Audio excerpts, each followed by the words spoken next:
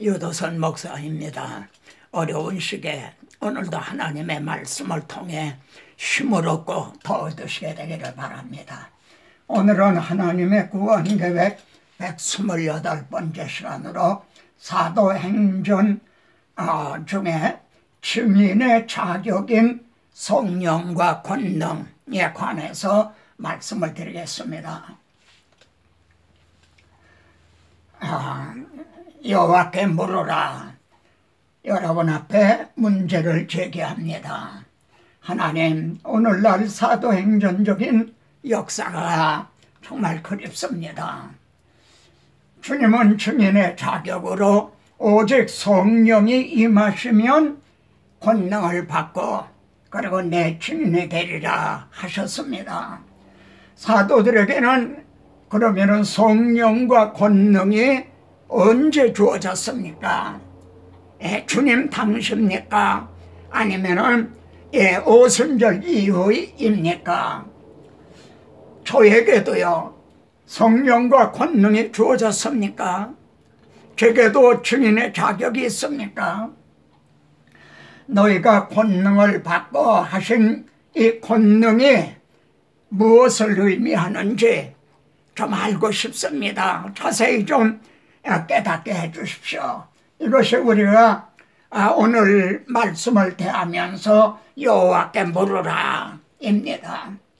승천하시는 주님의 마지막 분부는요 세 마디로 되어 있습니다. 첫째, 오직 성령이 너에게 임하시면, 두 번째, 너희가 권능을 받고, 세 번째는 예루살렘, 온 유대, 사마리아 땅 끝까지 이르러 내 증인이 되리라. 이렇게 세 마디로 되어 있습니다. 성령, 권능, 그리고 증인이 되라. 그렇다면은 나에게도 성령과 권능이 주어졌는가 묻게 됩니다. 사실 제 경우에도요 여기에서 많이 위축이 되고 그런 때가 있었습니다. 증인들의 무기가 무엇입니까? 오직 성령이 임하시면 한 성령입니다.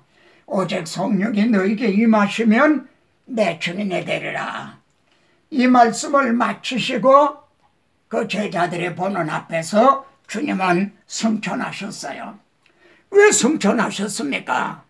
인자가 온 곳은 대속제물이 되기 위해서다 하신 그 임무를 완수하셨기 때문에 승천하신 겁니다. 그리고 성령이 이 장에서 성령의 마치 불의 혀처럼 각 사람 머리 위에 임하여 있더니 하나님이 약속하신 대로 성령을 임하셨어요. 이제 왜 성령이 임하셨습니까? 주님이 십자가상에서 다 이루었다 하신 그 십자가 복음을 증언하시기 위해서요.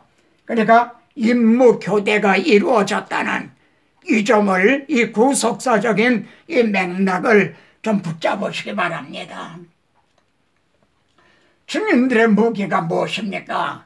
권능을 받고, 첫째는 성령, 두 번째 권능을 받고 그러셨어요. 그런데 우리 한글에는요 권능 혹은 능력으로 번역이 되어 있는데 그게 헬라어를 우리가 보면은 디우나미스라고 하는 다 같은 한 말입니다.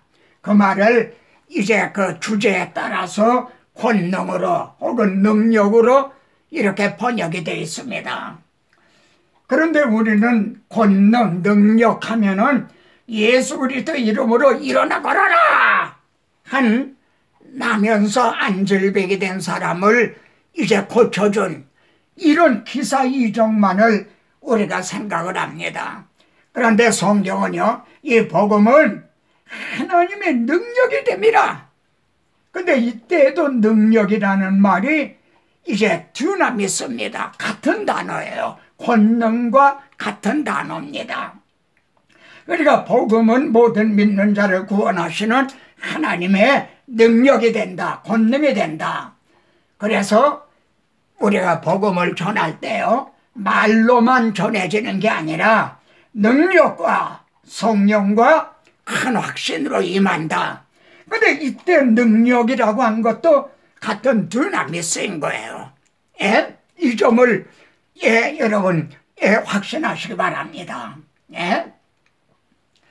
그러면은 주님은요, 능력으로 입혀질 때까지 이 성에 머물러라 그러시고 기다려라 이렇게 말씀했어요. 그러면은요, 사도들이 전에 있었던 거는 뭐고 또 그때 없었던 거는 뭔가? 왜 머물러라 기다리라 그러시는가? 전에는 뭐가 없었는가? 예? 자, 주님이 말입니다.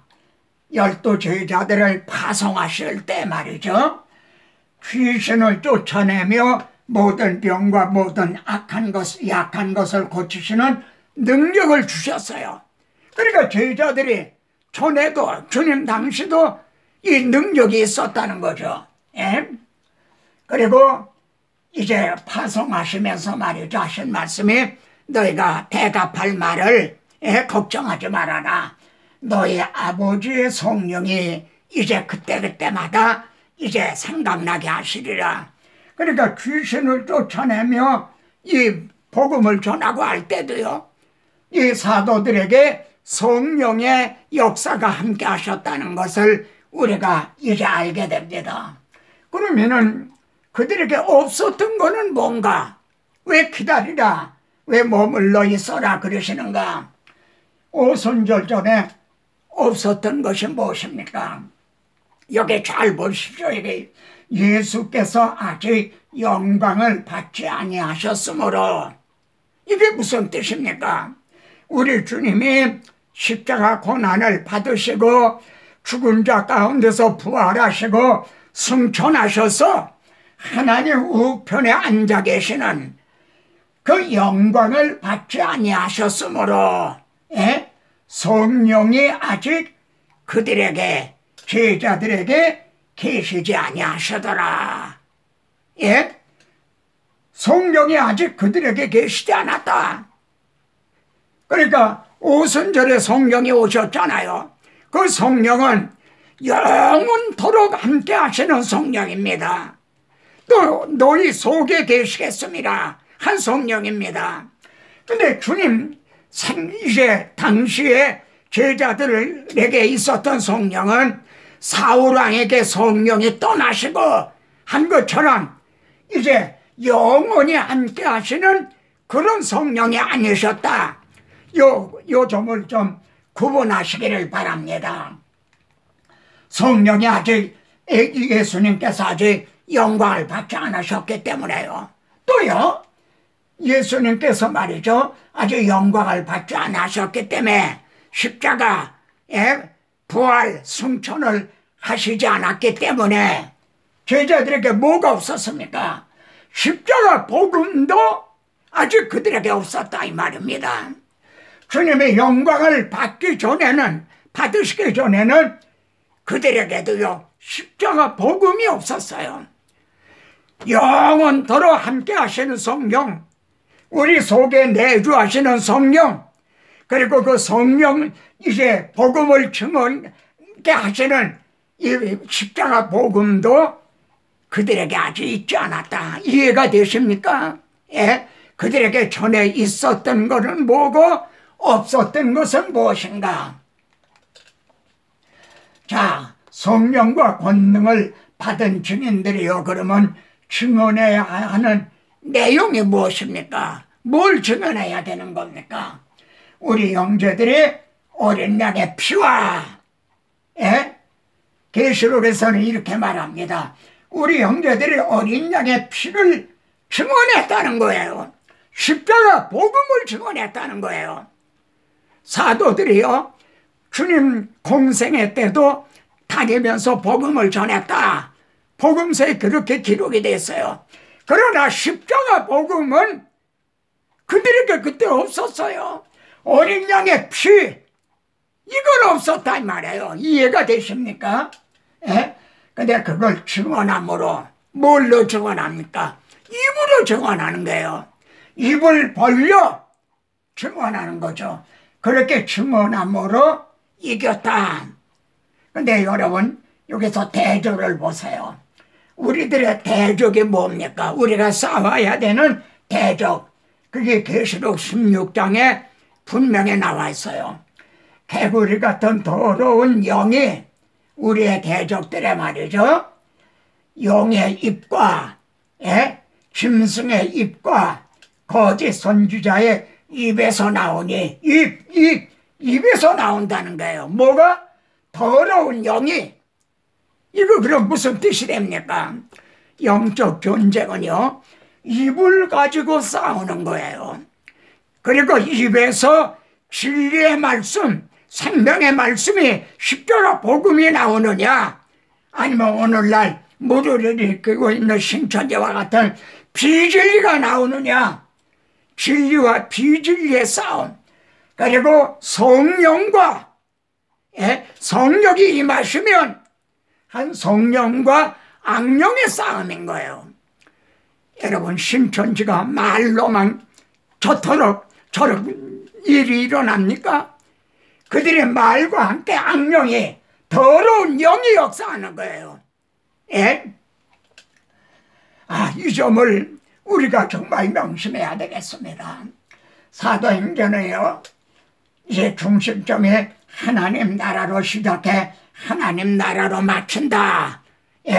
사도행전의 중심 주제가 하나님의 나라다. 지난 시간에 말씀드렸어요. 그러면요, 하나님의 나라는 어떤 방법으로 세워지는 것입니까? 한번 대답해 보세요. 하나님의 나라는 어떤 방도로 세워지는가요? 첫 창조 때는 어떻게 세워졌습니까? 태초에 말씀이 계시니라. 그리고요, 만물이 그로 말미암아, 이 말씀으로 말미암아 지은바 되었으니.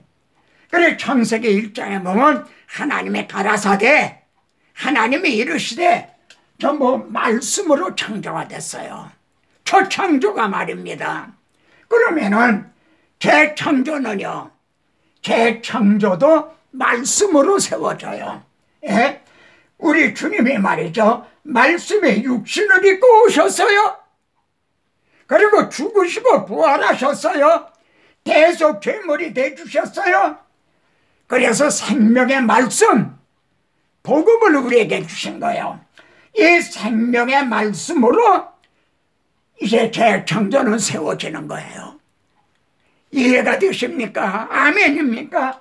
첫 창조도 그냥 말씀으로 세워졌어요. 근데 재창조도 말씀으로 세워지는데 여기 다른 점이 있어요.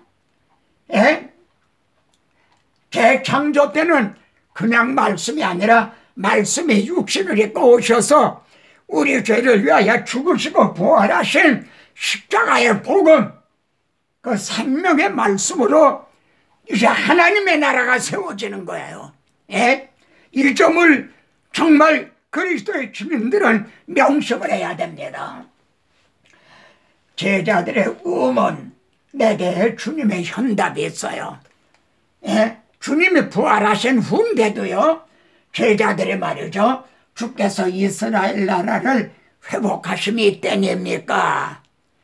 이스라엘 나라 아주 여기 얽매여 있다 이 말이에요. 그런데 주님은요, 회복이란 이 점을 부인을 하시지 않았어요. 때와 시기는 너희가 알 바가 아니요. 이들은 이스라엘 나라를 회복하심을 이라는 정말 어리석은 질문을 했죠. 근데 주님은 하나님의 나라를 회복하시는 그 때와 시기는 너희가 알 바가 아니다. 그리고 하신 말씀이요, 오직 성령이 임하시면 내 주민이 되리라. 하나님의 나라를 회복하시는 것은 증인들이 증언하는 이 십자가 복음, 생명의 말씀으로 회복이 되는 것이다. 이렇게 대답을 하신 거죠. 의문 연답을 하시겠습니까? 이해가 되십니까? 증인들의 증언하는 생명의 말씀으로 재창조는 세워지는 거예요. 자, 사도행전을 보십시오. 예루살렘에서 시작한 복음의 능력이 말입니다. 하나님의 말씀이 점점 왕성하여 예루살렘에 있는 제자들의 수가 더 많아지고 왕성했어요. 온 유대와 갈릴리와 사마리아까지 말이죠. 하나님의 말씀은 흥왕하여 더하더라. 예? 주의 말씀이 힘이 있어 흥왕하여 세력을 얻으니라. 지금 이 말씀이 하나님의 나라를 지금 세워나가고 있는 거예요. 예? 그리고 로마에서 하나님의 나라를 이렇게 담대히 증언한 것으로 마치고 있는 거죠. 예? 그러면 어떤 깨달음이 있습니까? 오늘날이요, 이 하나님의 말씀이 점점 왕성하여 이제 흥왕하여 이 복음의 능력을 회복하는 것, 이게 가장 급선무입니다. 근데 오늘의 증인들이 이 복음의 능력, 이 권능은 옆으로 밀어놓고 말이죠. 오늘날 복음의 능력을 회복하는 것, 그래야 하나님의 나라가 세워지는 거 아닙니까? 그래야 흥왕하는 거 아닙니까? 질문입니다. 어느 권능이 더 큽니까? 우리 주님이요, 큰 소리로 나사로야 나오라. 죽은 지 나흘 되는 나사로 살리셨어요. 이 권능과 그는 예수 그리스도는 허물과 죄로 죽었던 너희를 살리셨도다. 어느 권능이 더 큽니까? 나사로는 몇 년을 더 살았는지 모르지만 또 죽었어요.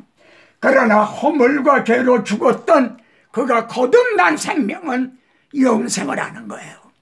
이 권능이 증인들에게 주어진 복음을 통해서 역사하는 겁니다. 그러니까 여러분이 설계를 준비하실 때요, 십자가 없이도 가능한 일인가? 십자가 없으면 불가능한 일인가? 내가 오늘 설계하는 것이 십자가 없어도 되는 건가? 아니면은 주님이 우리들을 위해 대속제물이 되주시지 않으면 불가능한 그거를 나는 지금 전하고 있는가? 이거를 분별해 보시길 바랍니다. 오늘날 너무나 많은 설교자들이요, 십자가가 없어도 가능한 그런 것만 전하고 있다고요.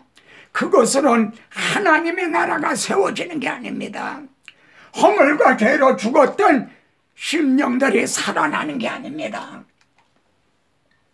하나님은요, 용사가 빼앗은 것을 어떻게 도로 빼앗으며 용사의 포로도 내가 빼앗을 것이요 구원할 것이라. 이 말씀 통해서 깨닫게 되는 게 어떤 겁니까? 한 사람이 사망에서 생명으로 옮겨진다는 게 정말 얼마나 어려운 일인가, 이걸 깨닫게 되죠. 그래서요, 여러분, 한 사람이 허물과 죄로 죽었던 한 사람이 거듭나는 거는요, 그의 위력, 힘의 위력으로 우리에게 부신 능력이 지극히 크진, 이 능력으로 말미암아 허물과 죄로 죽었던 자가 거듭나게 된다는 거예요. 어떠한 것을 너희로 알게 하시기를 구하노라. 내가 거듭난 그 능력이 어떤 능력인지, 내가 사망에서 생명으로 옮겨진 능력이 어떤 능력인지 그래도 이해가 안 되거든. 어떻게 해서 출애굽이 바로의 노예였던 그들이 출애굽하게 된 것이 가능했는가? 그걸 한번 생각을 해봐라. 그래서 말입니다. 바울은 계속해서 허물과 죄로 죽었던 우리를 살리신 능력이 말입니다. 예수 그리스도를 죽은 자 가운데서 살리신 능력과 같은 능력이라는 겁니다. 주님을 십자가에 못 박아 죽이고 무덤에 장례하고 큰 돌로 아구리를 맞고 인봉을 하고 보초를 세우고, 근데 무덤을 깨치고 사망 권세를 이기시고 부활하신 그 능력과 형제가 거듭날 때 베푸신 능력이 같은 능력이었다는 거예요. 이 능력이 증인들에게 주어진 거예요. 그래 성령이 임하시고 그러면은 권능을 받고 죽은 자를 다시 살리시는 복음의 권능을 받고 그러신 거예요. 이 시대의 증인들이요, 형제에게 성령과 복음의 권능을 주셨습니다. 그가 모든 사람을 위하여 자기를 대속물로 주셨으니 이를 위하여 내가 전파하는 자와 사도로 세우심을 입은 것은, 바울은 목회 서신에서요, 하나님의 아들 그리스도가 자기를 대속제물로 주셨다. 근데 이걸 사람들이 아는가? 우리 주님은 사오라 사오라, 네가 이걸 좀 전해줘야 되겠다. 그래서 이를 위하여 내가 전파하는 자와, 그런데 보십시오, 사도를 먼저 말하고 있는 게 아니에요. 이를 위하여 나를 사도를 앞세우는 게 아니라 전파하는 자와 이걸 앞세우고 있어요. 목회서신 후서에서도 그럽니다. 내가 이 복음을 위하여, 이 복음이 뭡니까? 하나님의 아들이 우리 죄를 위하여 대속물로 주신 이 복음을 위하여 선포자와, 여기도 사도는 두 번째예요. 나는 사도다, 나는 목사다, 나는 박사다, 그걸 세우고 있잖아요. 나는 선포자다.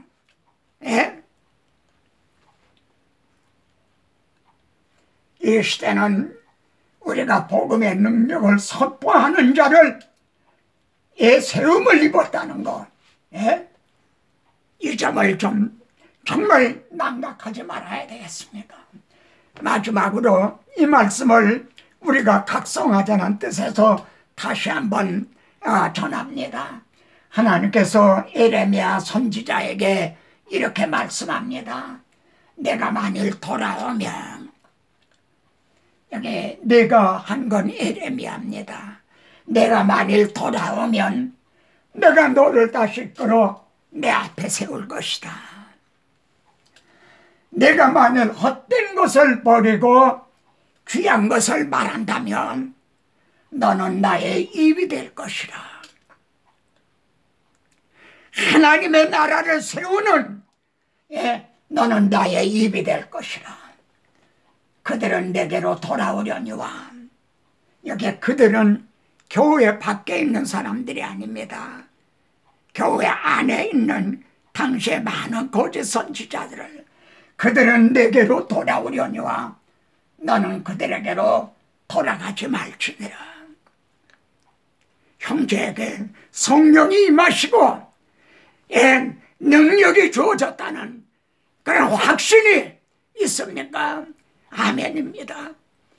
하나님이여, 주는 하늘 위에 높이 들리시며 주의 영광은 온 땅 위에 높아지기를 원하나이다. 아멘, 아멘. 다음 시간에 또 뵙겠습니다.